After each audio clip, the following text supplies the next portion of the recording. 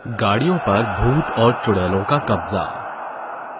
Dinapur university के college में आरव, मोहन, सोहन, रितु, माही और अंजलि ये सारे दोस्त पिकनिक का प्लान बनाते हैं। अरे यार, मैंने सुना है लापता ब्रिज काफी अच्छा है। क्यों ना हम पिकनिक के लिए उसी जगह पर जाएं? हाँ हाँ, तुम सही बोल रहे हो। मैंने भी यही सुना है कि लापता ब्रिज बहुत ही अच्छा है। डन, अब हम लापता ब्रिज पर ही जाएंगे। डन, अब हम लापता ब्रिज पर ही जाएंगे। वो लोग बातें करके अपने अपने घर चले जाते हैं और अगले दिन एक वैन बुक करवाते हैं। सभी दोस्त मोहन के घर पर अपना अपना बैग लेकर आ जाते हैं और थोड़ी देर बाद वहाँ पर वैन वाला भी आ जाता है। तो भैया, आप लोगों को कहाँ पर घूमना है? ड्राइवर भैया, हमें तो लापता ब्रिज जाना है। नहीं साहब, मैं वहाँ तक नहीं जाऊँगा। पर क्यों भैया, आप ऐसा क्यों बोल रहे हो? अरे मैडम, आपको नहीं पता वो एक भूतिया ब्रिज है और वहाँ का रास्ता भी एक भूतिया है। मैं तो तुम लोगों को यही सलाह दूंगा कि तुम लोग वहाँ का प्लान कैंसिल करके कहीं और चलो। नहीं भैया, हमें तो अब वहीं जाना है। ऐसा कुछ नहीं होता है, ये हम आपको साबित करके दिखा देंगे। और अगर आप वहाँ जाओगे ना तो हम आपको 5,000 रूपए एक्स्ट्रा देंगे। 5,000 रूपए का नाम सुनकर ड्राइवर के मन में भी लालच आ जाता है और वो उनको उस ब्रिज पर ले जाने के लिए तैयार हो जाता है। ड्राइवर उनको ले जाने के लिए तैयार तो हो गया था, लेकिन उसके मन में भूत और चुड़ैलों का खौफ था। इसीलिए वो अपने मन में सोचता है, मैं इन लोगों के साथ जा तो रहा हूँ, पर मुझे अपनी सेफ्टी खुद ही करनी पड़ेगी। इसलिए ये ताबीज अपने गले में पहन लेता हूँ। कम से कम मैं तो बचा रहूंगा। थोड़ी देर बाद सभी लोग पिकनिक के लिए निकल जाते हैं। जैसे ही वो मीनापुर सड़क पर आते हैं कि तभी उनकी गाड़ी बंद हो जाती है और उनकी गाड़ी से धुआं निकलने लगता है। सभी लोग गाड़ी से बाहर निकलकर खड़े हो जाते हैं कि तभी अंजलि के कंधे पर किसी का हाथ आता है और वो डर कर चिल्ला पड़ती है। उसकी चीख सुनकर आरव बोलता है, अरे अंजलि, तुम चिल्ला क्यों नहीं हो? आरव, यहाँ पर कोई है। ड्राइवर भैया सही बोल रहे थे, ये यहाँ पर चुड़ैलों का वास है। मुझे बहुत डर लग रहा है। प्लीज वापस ले चलो, वापस चलो, मुझे नहीं जाना अभी कहीं। अरे अंजलि, कुछ नहीं है यहाँ पर, ये तुम्हारा भ्रम है। यार अंजलि, इतनी दूर आकर डर गई हो तुम। प्लीज प्लान खराब मत करो। उसकी बातों पर कोई भी यकीन नहीं करता और अपनी कार में बैठकर वो लोग आगे बढ़ने लगते हैं। थोड़ी दूर पर जाकर एक बार फिर गाड़ी खराब हो जाती है और ये सब देखकर हर कोई डरने लगता है। उनको डरता हुआ देखकर ड्राइवर बोलता है, सर, मैं तो बोल ही रहा था कि ये भूतिया सड़क है। ड्राइवर उनसे बात कर ही रहा था कि इतने में उनकी वैन के ऊपर कुछ भूत और चुड़ैलों ने हमला कर दिया।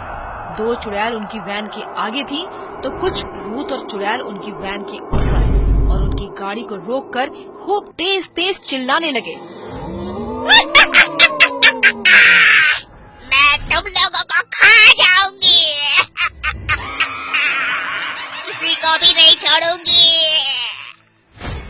चुड़ैल को देखकर अंजलि बोलती है, मैं तुम सबको बोल रही थी ना कि वापस चलो, लेकिन तुम लोगों ने मेरी एक न सुनी। देखा, अब चुड़ैल ने हम पर हमला कर दिया है। अंजलि डरते हुए बोल रही थी कि वैन का दरवाजा चुड़ैल अपने जादू से खोल देती है और अंजलि को हवा में उड़ाकर खा जाती है। ये देखकर मानो सभी हक्के बक्के रह गए। उन सभी को अपनी आंखों पर विश्वास नहीं हो रहा था कि अंजलि अब उन लोगों के बीच नहीं रही और सभी लोग उस वैन को खाली करके इधर उधर भागने लगे। वो वैन अब खाली हो चुका था और एक बार फिर एक भूत रितु को उठाकर खा जाता है। ये देखकर सोहन गुस्से में चिल्लाकर बोलता है, तुम सब हम लोगों को क्यों मार रहे हो? तुम लोगों ने हमारी वैन पर हमला क्यों किया है? आखिर हम लोगों ने तुम्हारा क्या बिगाड़ा है? तुम सब ने यहाँ पर आकर बहुत बड़ी गलती कर दी। हमारी आत्माओं को फिर से जगा दिया है। हम तुम सबको नहीं छोड़ेंगे। इतना कहकर भूत उनकी वैन को निगल जाता है। अब तक भूतों ने 2 लोगों को खा लिया था। ये देखकर आरव बोलता है, मैं तुम लोगों को नहीं छोड़ूंगा। तुम सबने मेरे दोस्तों को खा लिया। आखिर हम लोगों ने तुम्हारा क्या बिगाड़ा था? आरव अपनी बात पूरी कर ही रहा होता है कि तभी दूसरा भूत और दूसरी चुड़ैल आरव के बीच में से 2 टुकड़े कर देते हैं और दोनों मिलकर उसको खा जाते हैं और डरावनी आवाज निकालने लगते हैं। उसके बाद अब भूत और चुड़ैल दोनों ही ड्राइवर की तरफ जाने लगते हैं कि तभी ड्राइवर के गले में ताबीज देखकर उन्हें एक झटका लगता है। ड्राइवर ये देखकर समझ जाता है और अपनी ताबीज निकाल कर उनके सामने रख देता है और उनसे पूछता है, तुम लोगों ने सभी को बहुत मारा है। यहाँ की हर आने जाने वाली गाड़ियों को, चाहे वो बस हो, चाहे ट्रक हो या कोई और वाहन, सभी को तुम मार के खा गई हो। आखिर तुम ऐसा क्यों कर रही हो? अगर तुमने नहीं बताया तो मैं तुम्हें इस ताबीज से भस्म कर दूंगा। इतना कहकर ड्राइवर जो बचे हुए लोग थे उनको अपने पीछे खड़ा कर देता है और भूतों के सामने वो ताबीज रख लेता है। उस ताबीज से डरते हुए भूत सच सच बताने को तैयार हो जाते हैं। बताता हूँ। कुछ साल पहले की बात है। यहाँ पर कोई सड़क नहीं थी और ना ही कोई ब्रिज था।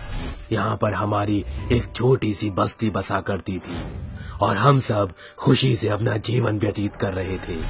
लेकिन ये खुशी सरकार को बर्दाश्त नहीं हो सकी और उन्होंने ये बस्ती खाली करवाने को कह दिया। लेकिन हम लोगों ने ये जगह खाली नहीं की। कुछ लोगों ने तो ये बस्ती खाली कर दी, लेकिन कुछ लोग यहीं रह गए। और जब हम लोगों ने ये बस्ती खाली नहीं करी तो सरकार ने हमारे घर के ऊपर बुलडोजर चलवा दिया और बुलडोजर चलने की वजह से काफी लोगों की मौत हो गई। मरे हुए इंसानों में हम भी थे। हमने अपने शरीर तो त्याग दिया, लेकिन हमारी आत्मा यहीं पर रह गई और तब से हम लोगों ने अपनी मौत का बदला लेना शुरू कर दिया है। यहाँ पर कोई भी कार या कोई और वाहन आता है, हम उसे नहीं छोड़ते और उन सबको मार कर खा जाते हैं।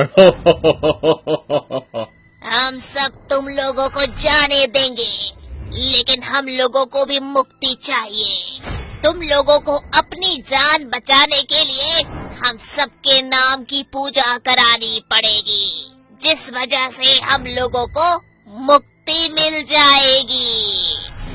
देखो, तुम्हारे साथ बहुत ही बुरा हुआ, लेकिन ऐसे किसी मासूम इंसान को नहीं मार सकते।